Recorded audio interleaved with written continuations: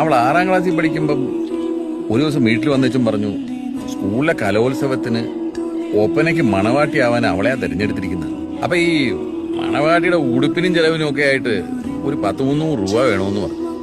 ഞാൻ എടുത്ത വായലെ പറഞ്ഞു കാശിലവില്ലാത്ത മണവാട്ടി ആവുന്നേ ആയാ മതി എന്ന് പറഞ്ഞു. കൊച്ചു വാശി പിടിച്ച് കുറെ കരഞ്ഞു. അവളെ തള്ളയാവുന്നത് പറഞ്ഞു. കൊച്ചു ഒരുപാട് ആഗ്രഹിച്ചതല്ലേ, നിങ്ങൾക്കൊരു 300 രൂപ കൊടുത്തൂടെ. ഞാൻ അന്നേ ഇറക്കി സാർ. ഞാൻ കേട്ടില്ല. അവസാനം കലോത്സവത്തിന്റെ അന്ന് അവള് കെറിവിച്ച് സ്കൂളിൽ പോയില്ല. അവരെല്ലാരും കൂടെ അമ്മ വീട്ടിലേക്ക് പോവുകയും ചെയ്തു. പോകുന്ന പോക്കിൽ ആ ഓട്ടോയിൽ ഒരു പ്രൈവറ്റ് ബസ് വന്ന് ഇടിച്ചു. ഒരു ദിവസം ബോധമില്ലാതെ എന്റെ കൊച്ച ICU കിടന്നു. ഞാൻ ചങ്കം തല്ലി ഓടിച്ചു. എപ്പോഴോ ഓർമ്മ വന്നപ്പോ എന്റെ കൊച്ചെന്റെ കയ്യെ പിടിച്ച ചോദിക്കുക, പാപ്പ അന്ന് രൂപ തന്നിരുതേ, എനിക്കിത് വല്ലതും വരുമായിരുന്നു. അത് പറഞ്ഞിട്ട് പിറ്റേന്ന് എന്റെ കൊച്ചു പോയടാവും. അതുകൊണ്ടാണ് ഞാൻ പറയുന്നത്, കൊച്ചുങ്ങൾ എന്നായാലും ആഗ്രഹം പറഞ്ഞു നമ്മളെ കൊണ്ട് പറ്റുവാന്നെ അതങ്ങ് സാധിച്ചു കൊടുത്തേക്കും.